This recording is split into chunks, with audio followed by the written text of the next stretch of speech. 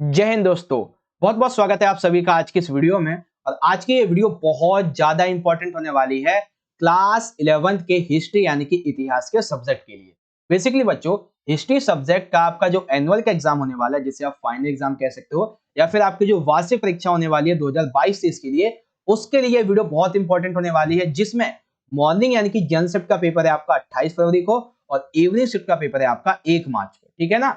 तो इस दिन के पेपर के लिए बच्चों इस वीडियो में हम एक most important sample question paper को यहाँ पे सॉल्व करने वाले हैं, जो कि डेफिनेटली आपको बहुत ज्यादा हेल्प करेगा आपके हिस्ट्री के फाइनल एग्जाम में। ठीक है। अब ये जो पेपर है बच्चों, ये वो पेपर है जो कि ऑफिशियली DOE यानी कि directorate of education GNCT of Delhi के द्वारा रिलीज किया गया है आपके हिस्ट्री के एनुअली एग्जाम के लिए। तो सिंपल सी बात है, जिन क्वेश्चन को अभी हम यहाँ पे सॉल्व करने वाले हैं उसके बहुत ज्यादा चांसेस हो जाते हैं बच्चों आपके हिस्ट्री के फाइनल एग्जाम में, क्योंकि खुद एजुकेशन डिपार्टमेंट ने इस पेपर को रिलीज किया है। ठीक है ना। तो इसकी इंपॉर्टेंस को समझो आप। ठीक है। और वैसे भी ऐसे ही मैं आपके लिए भी 3 से 4 और भी सैंपल पेपर लेके आऊंगा, जिससे आपकी तैयारी आपके एनुअल एग्जाम के लिए बहुत अच्छी हो पाएगी। ठीक है। तो आइए शुरू करते हैं आज के इस क्वेश्चन पेपर के सॉल्यूशन को। और सॉल्यूशन जो रहेगा इसे मैं आपको कंप्लीटली हिंदी मीडियम में अच्छे तरीके से समझाऊंगा, और इंग्लिश मीडियम के बच्चों के लिए आंसर यहाँ पे प्रोवाइड कर दिए जाएंगे। ओके बच्चों, तो आगे पहले पेपर के पैटर्न को समझते हैं। देखिए, पेपर जो है वो आपका 3 घंटे का आएगा।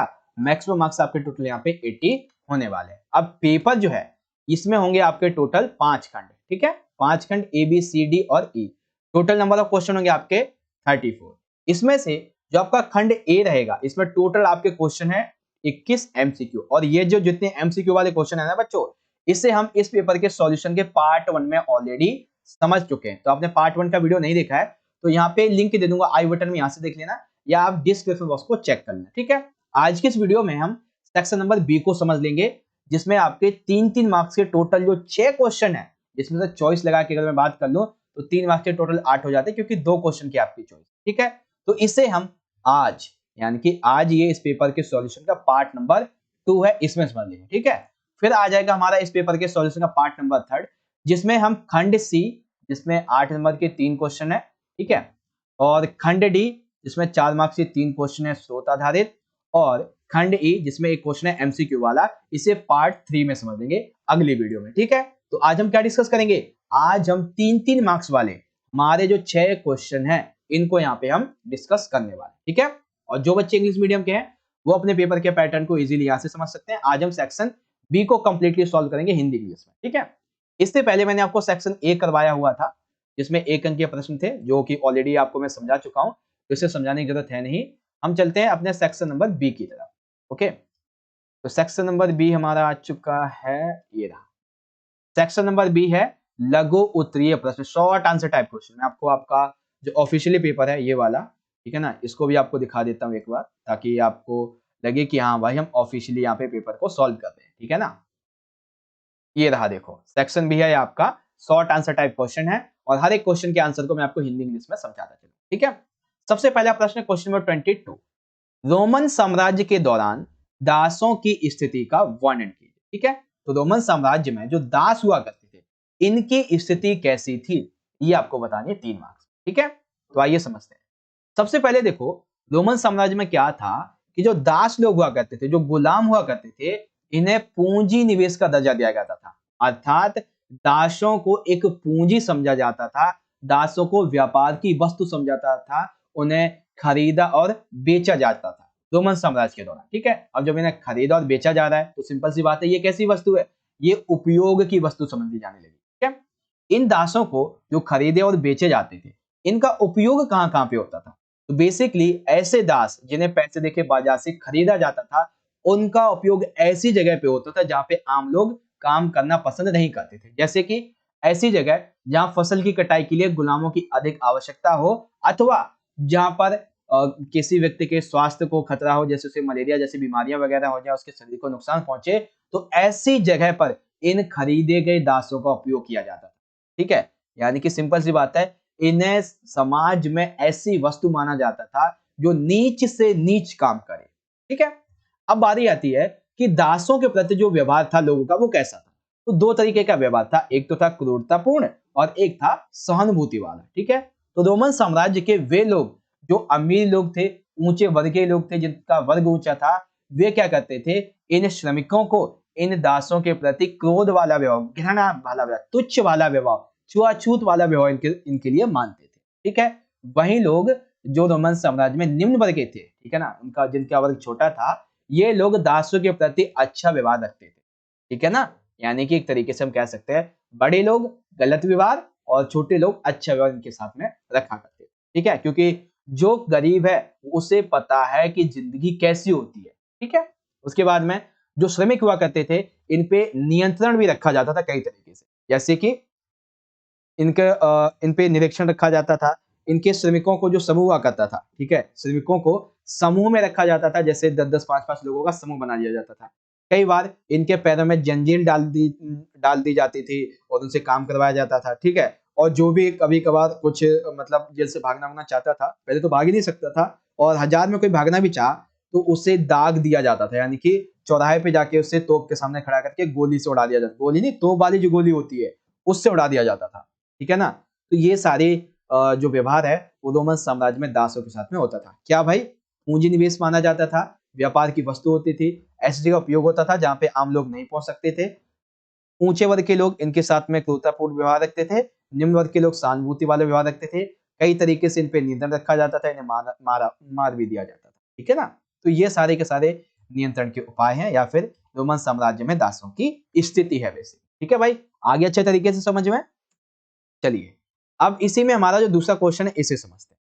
क्वेश्चन ये है कि रोमन साम्राज्य में तीसरी शताब्दी के संकट की व्याख्या करो। तो भाई तीसरी शताब्दी का जो संकट है वो क्या था, तो आइए समझते हैं वो क्या था भाई। तो देखो, रोमन साम्राज्य में तीसरी शताब्दी का संकट, आप इसे ऐसे भी कह सकते हैं कि रोमन साम्राज्य में प्रथम और जो द्वितीय शताब्दियां थी, ये शांति वाली रही थी, समृद्धि वाली और आर्थिक विस्तार का प्रतीक थी। लेकिन तनाव उभरा तीसरी शताब्दी में। तो याद रखें बच्चों, आपसे क्वेश्चन ऐसे भी पूछा जा सकता है कि प्रथम और द्वितीय शताब्दियां रोमन साम्राज्य के लिए शांति और समृद्धि और आर्थिक विस्तार का प्रतीक थी, लेकिन तीसरी शताब्दी में तनाव उभरा, इसका आपको क्या करना है, वर्णन करना है। तो ऐसे भी क्वेश्चन आपसे पूछा जा सकता है, याद रखना। मैंने क्वेश्चन का दूसरा टाइप आपको बताया। ठीक है, अब इस तीसरी शताब्दी में हुआ क्या था, हुआ ये था कि यहाँ पे ईरान के ससानी वंश ने बार बार आक्रमण किया, यहाँ पे रोमन साम्राज्य में। ठीक है ना, अब इसी बीच जर्मन मूल की जनजाति जैसे फ्रैंक हो गया, ठीक है, एल्मनाई और गोथ, इन्होंने रोमन साम्राज्य के विभिन्न प्रांतों पर कब्जा करना शुरू कर दिया, जिसकी वजह से रोमन साम्राज्य थोड़ा करके कमजोर होने लगा, यानी कि एक तरीके से हम कह सकते हैं उसमें थोड़ी सी उठापटक हलचल सी होने लगी। ठीक है ना, अब जब इन्होंने आक्रमण कर ही दिया तो 225 ईस्वी में ससानी वंश के एक व्यक्ति थे, एक शासक थे, जिनका नाम था शापो प्रथम। तो 225 ईस्वी में ससानी वंश के शापो प्रथम ने यहाँ पे रोमन साम्राज्य में तकरीबन 60,000 रोमन सेना को मार गिराया। ठीक है, अब आप एक चीज देखिए, जिस साम्राज्य की सेना, ठीक है ना, जिस साम्राज्य का एक ही शासक 60,000 सेना को मार देता है, तो ऐसे में वो शताब्दी कितनी खतरनाक रही होगी, दिल दहला देने वाली रही होगी। ठीक है ना, रोम की जो पूर्वी राजधानी थी एंटियोक, ठीक है ना, रोमन साम्राज्य की जो पूर्वी राजधानी थी रोम शहर की एंटियोक, उस पर इस ईरानी के ससानी वंशों ने क्या किया था, कब्जा कर लिया था। ठीक है, साथ ही जर्मन के जो मूल इकाइयां थी, जर्मन मूल की कई जनजातियां थी, इन्होंने डेन्यूब नदी की सीमा पर आक्रमण करके वहां पे अपना कब्जा करना शुरू कर दिया। एक तरीके से हम ये कह सकते हैं कि रोमन साम्राज्य तीसरी शताब्दी में अपने आखिरी पड़ाव पर पहुंच चुका था।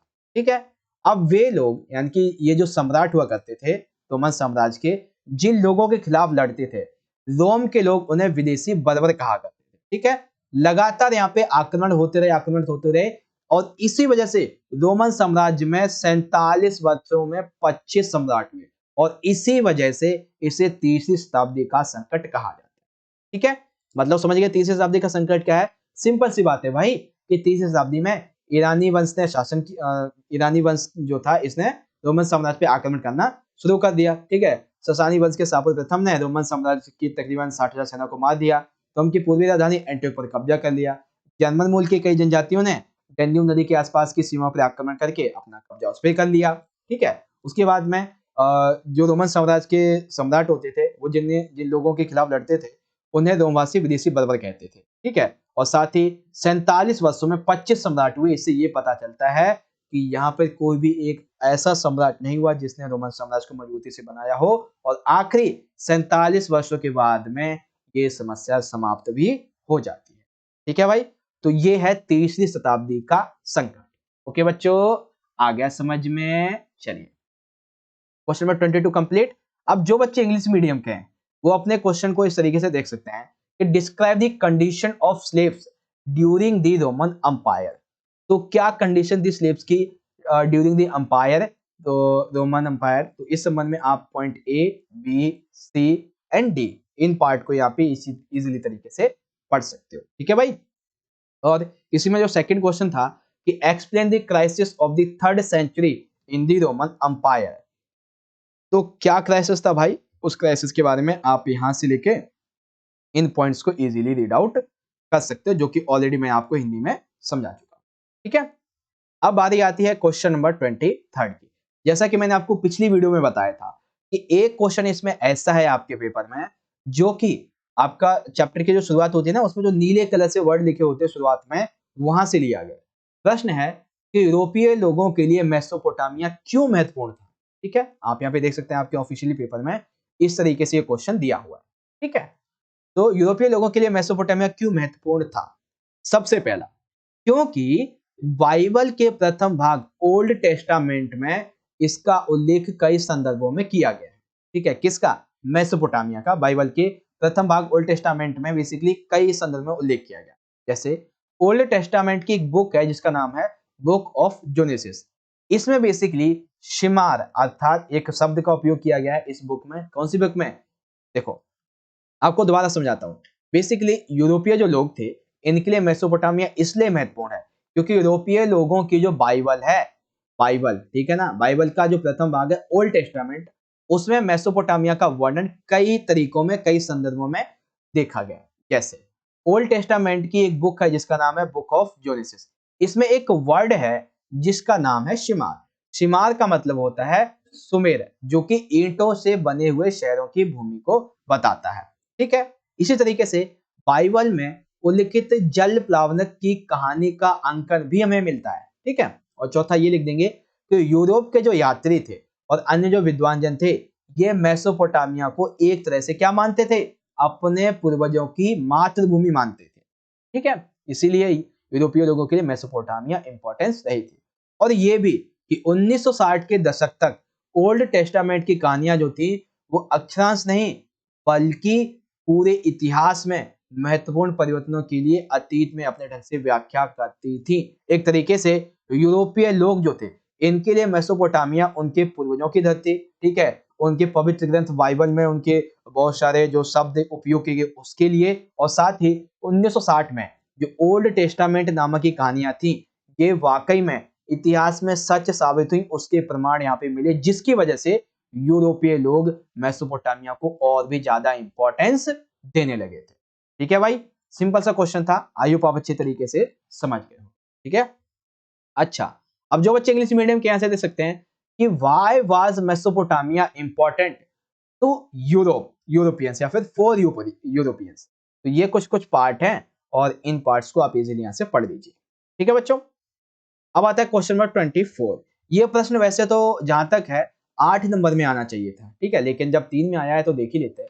प्रश्न है कि चंगेज खान की सैनिक उपलब्धियां काफी हद तक स्टेपी युद्ध के विभिन्न पहलुओं को बेहद प्रभावी सैन्य रणनीतियों में बदलने की उनकी क्षमता का परिणाम था, न्यायोचित ठहराइए। बेसिकली देखो, चंगेज खान की जो सैनिक उपलब्धियां हैं वो बहुत ही विस्मित कर देने वाली, बहुत ही अच्छी हैं, बहुत ही एक तरीके से हम कह सकते हैं खतरनाक है, ठीक है ना।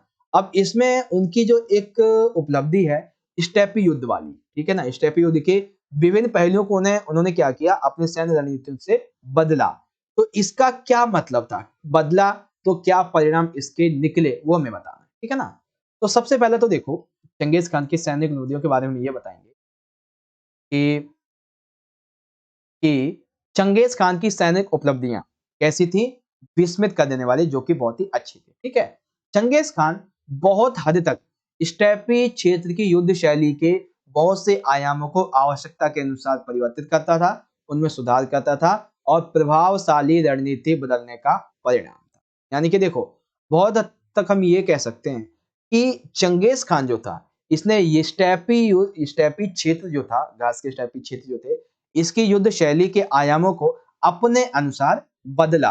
और जब इसने बदला तो इसके चंगेज खान को इसके बहुत से परिणाम देखने को मिलेंगे। जैसे स्टेपी प्रदेश के जो घुड़सवार थे वो अधिक ही फुर्तीले और बड़ी तेज गति से यात्रा करने लगे थे, जैसे ही उसने स्टेपी क्षेत्र युद्ध की पद्धति को बदला। अब इस पद्धति के बदलने के बाद अब उन्हें अपने आसपास के भूभागों की और मौसम की जानकारी होने लगी, जिसने उन्हें अकल्पनीय कार्य करने की क्षमता प्रदान की। ठीक है, तो चंगेज खान की सैन्य उपलब्धियां इस तरीके की थी, जिसमें स्टेपी क्षेत्र की बात करते हैं। उसके बाद में स्टेपी क्षेत्र में घोर शीत ऋतु में भी ये लोग क्या करते थे, चंगेज खान और उसके साथी अपना युद्ध प्रारंभ किया करते थे, युद्ध अभियान चलाते थे। उनके नगरों और शिविरों में प्रवेश करने के लिए स्टेपी क्षेत्र में बर्फ से ढकी हुई जो नदियां थी, इनको राजमार्गों के रूप में उपयोग किया करते थे। ठीक है, अब जब स्टेपी क्षेत्र में युद्ध शैली को उसने बदला, तो इससे घुड़सवारी में जो बेसिकली पहले तो ऑलरेडी कुशल था ही, अब इसने अपनी सेना को भी घुड़सवारी अच्छे से सिखा दी, तो अब ये किसी जगह पे आसानी से आ जा सकते थे। ठीक है ना, और तीरंदाजी का कौशल तो था ही इसके पास में। तो एक तरीके से स्टेपी क्षेत्र में इसने कैसे अपनी जो पद्धति थी, रणनीति, उसे बदला और इसके क्या उसे परिणाम मिले, वही बताना था और वही हमने बता भी दिया। ठीक है भाई, आगे समझ में 24। आगे बात करते हैं। इंग्लिश मीडियम के बच्चे देख सकते हैं कि Genghis Khan military achievements were largely the result of his ability to adapt the transform various aspects to steppe warfare into highly effective military strategies. Justify. ठीक है भाई, बिल्कुल जस्टिफाई करेंगे हम इन चीजों को। लीजिए सर, ये रहा जस्टिफाई करने के लिए सारे के सारे पॉइंट, इनको आप इजीली यहां से पढ़ सकते हो। ओके, आगे बढ़ते हैं। अब आता है क्वेश्चन नंबर 25। ये प्रश्न जो है ना बहुत ही इंपॉर्टेंट है और इसमें बहुत सारे एमसीक्यू भी आपके कंप्लीट होंगे। प्रश्न पहला ये है कि मध्यकालीन मठों का क्या कार्य था। ये आपका जो एनसीईआरटी क्वेश्चन है ना, उसमें से लिया गया चैप्टर नंबर 6 से, 3 वर्ग वाले से। ठीक है, क्वेश्चन क्या है कि मध्यकालीन मठों का क्या कार्य था। तो भाई मध्यकालीन जो मठ थे, ठीक है ना, मध्यकाल में अगर हम देखें, पहले तो चर्च जो थे ये क्या करते थे, ये धार्मिक गतिविधियों के केंद्र हुआ करते थे। लेकिन चर्च के अलावा अगर कोई और धार्मिक गतिविधि का केंद्र था तो वो केवल मठ हुआ करते थे। ठीक है, बेसिकली ये जो मठ हुआ करते थे, इनका निर्माण आम आबादी से दूर किया जाता था और इन मठों में कौन लोग निवास करते थे, भिक्षु निवास किया करते थे। ठीक है, मठों का एक प्रमुख काम यह था कि एक स्थान से दूसरे स्थान तक धर्म का प्रचार प्रसार करना। तो मध्यकालीन मठों का सबसे बड़ा कार्य क्या था कि पहले तो आम आबादी से दूर हमारा निर्माण हो, मठ ऐसा चाहते थे, यानी कि मतलब मठ की हम बात कर रहे हैं। ठीक है, काम क्या था भाई इसका, सबसे बड़ा ये था कि एक स्थान से दूसरे स्थान तक धर्म का प्रचार प्रसार किया जाए। ठीक है, उसके बाद में अब ये जो मठ हुआ करते थे, इन मठों में जो भिक्षु होते थे ये प्रार्थना करते थे, प्रार्थना करने के साथ में अध्ययन करते थे, अध्यापन भी करते थे, कृषि आदि अन्य जैसे कार्य भी किया करते थे। ठीक है, मठों में अध्यापन के अतिरिक्त अन्य भी कलाएं भी सिखाई जाती थी, जिससे लोग अध्यापन के साथ में, ज्ञान के साथ में, धर्म के ज्ञान के साथ में अन्य बातों को भी सीख सके। मठों में रहने वाले जो भिक्षु होते थे, इनका मुख्य कार्य जो था वो ये था कि भाई ईश्वर की आराधना करना तथा जनसाधारण को चर्च के सिद्धांतों के विषय में समझाना, उन्हें शिक्षित करना, लोगों की सेवा करना, ये सभी मठ के जो भिक्षु हुआ करते थे उनके कार्य हुआ करते थे। ठीक है, ईश्वर की आराधना करेंगे, जनसाधारण को चर्च के सिद्धांतों के विषय में बताएंगे, समझाएंगे, उन्हें शिक्षित करेंगे, रोगियों की सहायता करेंगे। ठीक है, धीरे धीरे 13वीं शताब्दी तक आते आते भिक्षुओं के कुछ समूह थे जिन्हें फ्राय कहा जाता था, इन्होंने मठों में रहने का निर्णय ले ही लिया था। ठीक है भाई, तो ये कुछ पार्ट थे मठों, मध्यकालीन मठों के क्या क्या कार्य थे, ये आप यहाँ पे अच्छे तरीके से समझ सकते हैं। सारे पॉइंट मैंने आपको समझा दिए अच्छे तरीके से। ठीक है भाई, ओके, 25 कंप्लीट हो गया। अब इसी क्वेश्चन को जो बच्चे इंग्लिश मीडियम के वो यहाँ से देख सकते हैं कि what was the function of medieval monasteries. ठीक है ना, ठीक है ना, मोनेस्ट्रीज। ठीक है, what was the function of medieval monasteries.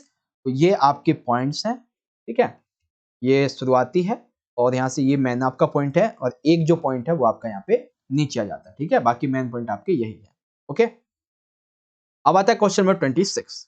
26 में पूछा गया है कि उत्तरी अमेरिका के मूल निवासियों ने अपना जीवन कैसे व्यतीत किया। ठीक है, तो उत्तरी अमेरिका के जो मूल निवासी थे, इन्होंने अपना जीवन कई तरीकों से विकसित किया। कैसे व्यतीत किया, कैसे रहते थे, क्या क्या खान पान था, क्या रहन सहन था, क्या विशेषताएं थी, वो सारी चीजें हमें बतानी। ठीक है ना, तो आइए समझते हैं। देखो, उत्तरी अमेरिका के मूल निवासी जो थे, इनके रहन सहन और खान पान की विशेषताएं निम्नलिखित थी। सबसे पहला, उत्तरी अमेरिका में जो इनके सबसे पहले बाशिंदे थे, ये 30,000 साल पहले बोरिंग स्टेट्स के आर पार फैले भूमि सेतु के रास्ते एशिया से आए थे और 10,000 साल पहले आखिरी हिमयुग के दौरान दक्षिण की तरफ बढ़ गए थे। ठीक है, देखो ये जो एक बात है ना, ये वाला पहले पार्ट वाली, ये मतलब सिंपल सा ये है कि जो उत्तरी अमेरिका के मूल निवासी थे, ये शुरुआती में कैसे यहाँ पे उत्तरी अमेरिका में आकर बसे, ये वो बात है कि तकरीबन आज से 30,000 साल पहले, ठीक है, उत्तरी अमेरिका के जो मूल बाशिंदे थे, ये कहां से आए थे? बेरिंग स्टेट्स के आर पार फैले भूमि सेतु पर रास्ते एशिया से आए थे। ठीक है ना, और बाद में जब हिमयुग आया तो उस दौरान अभी से तकरीबन 10 साल पहले जो थे, ये दक्षिणी तरफ बढ़ने लगे थे। सिंपल सा मेन आंसर जो है वो आपका क्या है, बस इतना है।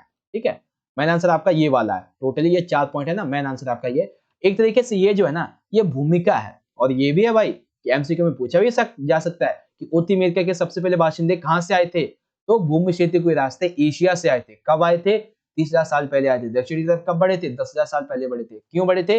आखिरी हिमयुग के दौरान बढ़े थे। ठीक है ना, तो ऐसे ऐसे क्वेश्चन आपसे पूछे जा सकते हैं। मेनली जो हमारा इस क्वेश्चन का आंसर है रहन सहन की विशेषताओं के बारे में, वो ये है। सबसे पहला कि उत्तरी अमेरिका के जो लोग थे, ये लोग नदी घाटी के साथ साथ बने जो गांव हुआ करते थे, इनमें समूह बनाकर रहते थे। यानी कि नदी हो गई, ठीक है, और इस तरीके जो घाटी वगैरह हो गई, उनमें वहां पे आसपास में गांव में ये समूह बनाकर रहा करते थे। ठीक है, साथ ही ये मछली और मांस खाते थे, सब्जियां तथा मकई उगाया करते थे। यानी कि ये नदियों से मछली और मांस को मछली को पकड़ते थे, पका के खा लेते थे।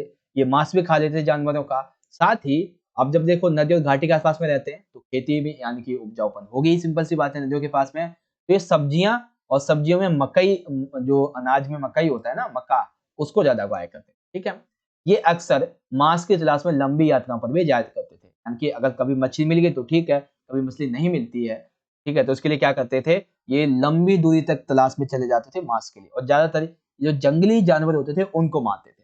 ठीक है, मुख्य रूप से ये जो लोग थे, बाइसन यानी कि उन जंगली भैंसों की तलाश रहती थी जो घास के मैदानों में घूमते थे। यानी कि उत्तरी अमेरिका के ये लोग जो नदी घाटी के आसपास रहते थे, ये मांस की तलाश में किसके लिए जाते थे?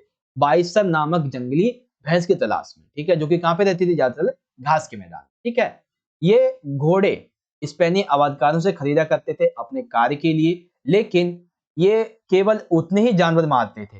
अगर हम बात करें, ये उत्तरी अमेरिका के लोग जो जानवरों को मारते थे, वो बस उतना ही मारते थे जितने की ये खा सके। ठीक है ना, उससे ज्यादा नहीं। और बाकी घोड़े इनके पास होते नहीं थे, तो ये क्या करते थे? व्यापार के जरिए प्राप्त कर लिया करते। ठीक है, आगे जाके इनको ललचाया गया, ठीक है, और मदिरा वगैरह दिया गया, वो बहुत सारी आगे बातें आ जाती है, लेकिन जो मेन आंसर है आपका वो बस इतना ही। ठीक है, आगे समझे अच्छे तरीके से। तो उत्तरी अमेरिका के मूल निवासियों का जीवन कुछ इस तरीके चलता था। अब बारी आती है इसको इंग्लिश में समझने की। तो how did natives of north America live their lives? ठीक है ना, तो किस तरीके से नेटिव्स जो है नॉर्थ अमेरिका के, वो लाइव हैं देयर लाइव्स के संबंध में। सारे के सारे आप यहाँ पे पार्ट को देख सकते हैं। ओके, अब बारी आती है अगले प्रश्न की, 27, जिसमें एक चॉइस है। प्रश्न है, मेजी सुधारों का एक महत्वपूर्ण हिस्सा अर्थव्यवस्था का आधुनिकीकरण था, समझाइए। यानी कि मेजी सुधार जो थे, इनका एक महत्वपूर्ण हिस्सा था जापान की अर्थव्यवस्था का आधुनिकीकरण करना। आप ये कैसे कह सकते हैं? बेसिकली इसे हम कई तरीकों से समझ सकते हैं। कौन कौन से तरीके हैं, एक ही बार में आपको सारे दिखा देता हूं। सबसे पहला तरीका देखिए यहाँ पे ये था कि कृषि पर कर लगाकर धन इकट्ठा किया। यानी कि मेजी ये जो सरकार थी, इसने क्या किया? किसान पर, कृषि पर कर ज्यादा लगा दिया, और जब कृषि पे ज्यादा कर लगाया तो उसे ज्यादा धन मिला। इसकी वजह से इसने जापान में सबसे पहली रेल लाइन 1870-73 में टोक्यो और याकोहामा बंदरगाह के बीच में बिछाई, जिसकी वजह से व्यापार और लोगों का आवागमन आसान हो पाया। ठीक है, मेजी सरकार ने वस्त्र उद्योग के लिए मशीनें जो थी यूरोप से आयात करनी शुरू कर दी और जापान में जो वस्त्र उद्योग थे उनको और विकसित करना शुरू कर दिया। ठीक है, अब देखिए वस्त्र उद्योग जब शुरू हो रहा है, मशीनें आ रही हैं, तो सिंपल सी बात है मजदूर भी चाहिए होंगे, तो इसीलिए लोग कैसे कंपनी में काम करेंगे, इसके लिए मजदूरों के प्रशिक्षण के लिए विदेशी कारीगरों को बुलाया गया, विदेश से कारीगर बुलाए गए कि जो मशीन हमारे लोग नहीं चला पाते हैं उन्हें तुम आओ सिखाओ, जब सीख जाएंगे तब तुम्हें भगा देंगे। ठीक है ना, ऐसा ही था। साथ ही उन्हें यानी कि जो मजदूर वगैरह थे इन्हें जापानी विश्वविद्यालय और स्कूल में पढ़ने के लिए भेजा गया। अब आप कहोगे अरे मजदूरों को कैसे भेज देंगे भाई? अब देखो कई मशीनें ऐसी होती हैं जिनको एक अंदर से आपको पूरी की पूरी इस मशीन की जानकारी होनी चाहिए, तभी आप उसे समझ पाएंगे। तो इसके लिए आपको विश्वविद्यालय या फिर स्कूल में जाने की जरूरत पड़ती है। इसलिए लोगों को जो मजदूर वगैरह थे, जो मजदूर बनाना चाहती थी सरकार उन्हें, ठीक है, काम करवाना चाहती थी, पर्टिकुलर मशीन चलवाना चाहती थी, उन्हें विश्वविद्यालय यानी कि यूनिवर्सिटीज और स्कूल्स में भेजा गया। 1872 में आधुनिक बैंकिंग संस्थाओं का प्रारंभ हुआ, यानी कि 1872 में क्या हुआ कि आधुनिक बैंकिंग जो संस्था थी उसका यहाँ पे प्रारंभ शुरू कर दिया इन्होंने, जिसकी वजह से लोगों को लोन भी मिला, लोग अपने पैसे को एकत्र करके रखने भी लगे एक अच्छी जगह पे। ठीक है ना, अब इन सभी वजह से क्या हुआ, रोजगार में वृद्धि हुई और लोगों की मूलभूत आवश्यकताएं रोटी कपड़ा मकान स्वच्छता चिकित्सा ये पूरी तरीके से पूर्ण हो पाए। ठीक है, 1872 में जनसंख्या जो थी वो कितनी थी, 3.5 करोड़। वहीं 1920 में मात्र हम ये कह सकते हैं कि 42 साल के अंदर, नहीं 52 साल के अंदर ये संख्या कितनी पहुंच गई, 2 करोड़ और भी बढ़ गई। ठीक है ना, तो ये पूरी की पूरी बातें हैं जो मेजी पुनर्स्थापना हुई थी उसके बाद में जापान के आधुनिकीकरण के समय। ठीक है बच्चों, पूरी की पूरी कहानी आपको समझ में आ गई अच्छे तरीके से। अब इसी क्वेश्चन में जो दूसरा क्वेश्चन था कि जापान में 1870 के दशक में शुरू की गई नई स्कूल प्रणाली का वर्णन कीजिए। तो जो नई स्कूल प्रणाली मेजी सरकार के द्वारा 1870 में शुरू की गई वो निम्नलिखित रही थी।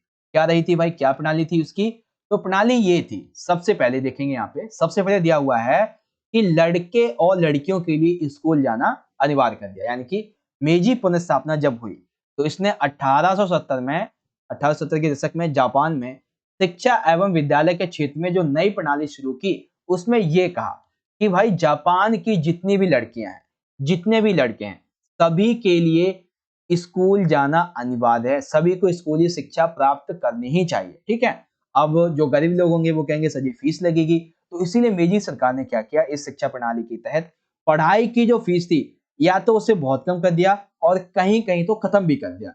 इसकी वजह से क्या हुआ, गरीब से गरीब का जो बच्चा था वो अब इन स्कूलों में जाके शिक्षा ग्रहण कर पाया। और मेरी सरकार हमेशा से ये चाहती थी कि जितना ज्यादा उसके देश के लोग, उसके बच्चे, युवा पीढ़ी पढ़ी लिखी होगी, देश उतना ही और ज्यादा विकसित करेगा। ठीक है, अब जब इन्हें स्कूल में भेजा जाने लगा, लोग पढ़ने लगे, बच्चे पढ़ने लगे, तो राज्य ने ये देखा, मतलब मेरी सरकार ने ये देखा कि भाई हमें जो है इन्हें पढ़ाने के साथ साथ में राज्य के प्रति निष्ठावान भी बनाना है। इसीलिए ज्यादातर टीचरों को ये कहा गया कि भाई आप जापान के इतिहास के बारे में बच्चों को ज्यादा से ज्यादा समझाओ। ठीक है, जापान का क्या महत्व है, जापान कैसे स्वतंत्र हुआ, जापान का इतिहास क्या है, इसके बारे में आप लोगों को, बच्चों को ज्यादा बताओ। ठीक है, किताबों के चयन पर और शिक्षकों के प्रशिक्षण पर नियंत्रण रखा गया ताकि कोई भी मेजी सरकार या फिर जापान के खिलाफ बच्चों को भड़का ना सके। ठीक है, अब जो बच्चे स्कूल जाते थे, जितने भी बच्चे हुआ करते थे, उन सभी को ये कहा गया कि भाई आपको अपने माता पिता का आदर करना है, आपको अपने बड़ों का आदर करना है, आपको अपने राष्ट्र यानी कि जापान के प्रति वफादारी रखनी है और जापान देश के लिए अपनी मातृ देश के लिए आपको एक अच्छा नागरिक भी बनना है, ये भी कहा गया। ठीक है, और सबसे आखिरी, जो ये लड़के लड़कियां होती थी, युवा पीढ़ी जो होती थी, बाकी जो लोग थे, इनको आधुनिक विचारों पर जोर दिया गया, जिससे संजात तथा देश दोनों का विकास एक साथ हो, यानी कि जिससे कि बेसिकली जो लोग हैं उनका और देश दोनों का विकास एक साथ हो सके। ठीक है भाई, तो ये पूरी की पूरी कहानी है जो आप यहाँ पे अच्छी तरीके से समझ चुके होंगे। ओके, अच्छा एक सेकंड, हाँ अब अपने इस क्वेश्चन को आप यहाँ पे देख सकते हैं दोबारा से।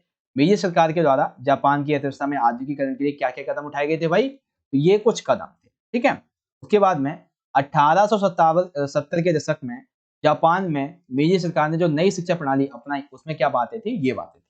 इसी क्वेश्चन को इंग्लिश में देख सकते हैं कि an important part of the Meiji reforms was the modernisation of the economy, explain और describe the new school system introduced in Japan from 1870। क्या है भाई वो, इसे आप यहाँ पे देख सकते हैं। सबसे पहले हम क्या बात करेंगे, an important part of the major reforms was the modernisation of economy, तो उसका आंसर आपका ये वाला है, इतने पॉइंट। ठीक है।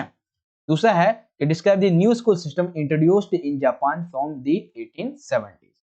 तो 1870 में जो बात आती है उसके बारे में, न्यू स्कूल सिस्टम के बारे में, तो वो पूरी की पूरी बातें आपकी यहाँ पर ये आ जाती।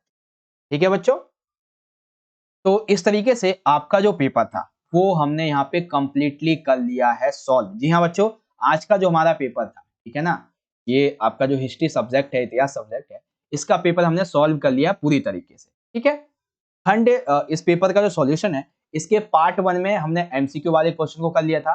आज ये हमारा बेसिकली पार्ट नंबर 2 था, जिसमें हमने खंड बी यानी कि 3 मार्क्स से 6 क्वेश्चन को कंप्लीट कर लिया। अब जो भी आपका पार्ट आएगा, ठीक है ना, पार्ट नंबर जो 3 आएगा, उसमें हम आपको खंड सी, डी और ई ये कंप्लीट आपको समझा देंगे। ठीक है ना, तो इस तरीके से टोटल 3 पार्ट में हम अपने इस पेपर को अच्छी तरीके से समझ लेंगे। ठीक है बच्चों, तो इस तरीके से आज का हमारा ये वीडियो खत्म होता है। आई होप आपको वीडियो अच्छा लगा होगा। गाइस अगर आपको वीडियो अच्छा लगा हो तो जितना हो सके, ठीक है ना, आपसे जितना हो सके बच्चों उतना आप इस वीडियो को लाइक करें, क्योंकि आप जितना ज्यादा लाइक करेंगे उतना ज्यादा हमारा और मोटिवेशन रहेगा इस वीडियो बनाने के लिए, और जितना हो सके अपने दोस्तों के साथ भी शेयर करना। ठीक है, चैनल को सब्सक्राइब कर लेना इंपॉर्टेंट वीडियोस के लिए, और फिर मिलते हैं आपसे नेक्स्ट वीडियो में। तब तक के लिए आप पढ़ते रहिए, अपना ख्याल रखिएगा। धन्यवाद। जय हिंद, वंदे मातरम।